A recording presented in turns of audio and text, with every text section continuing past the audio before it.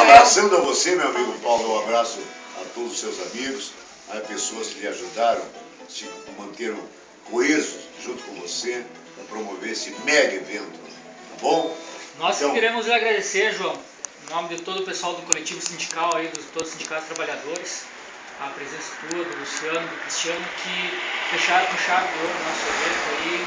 Foi um evento que vai marcar todo o 1º de maio agora em São Miguel do Oeste, a partir desse ano aqui, como um grande evento de representatividade dos trabalhadores. Muito obrigado pela presença de vocês. Obrigado, Paulinho. Então toca.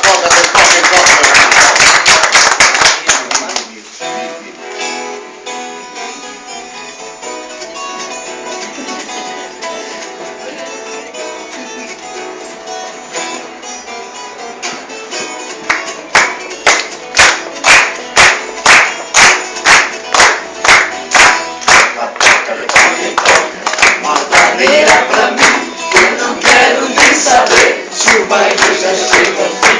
Toca, retoca e toca. Uma vaneira pra mim, eu não quero nem saber se o baile já chega ao fim. Fandangaço animado, bem no tranco dos monados, pra dançar a figurada, quando é de madrugada, gaúchada tô empolgada, a emoção toma conta. Todos querem cantar. Toca, retoca e toca. Uma vaneira pra mim, eu não quero nem saber se o baile já chega ao fim. Toca, retoca e toca. Uma vaneira pra mim, eu não quero nem saber se o baile já chega ao fim.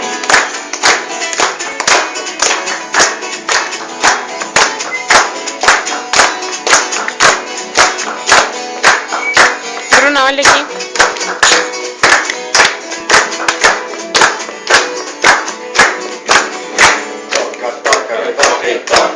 Uma vaneira pra mim, eu não quero nem saber se o baile já chega ao fim.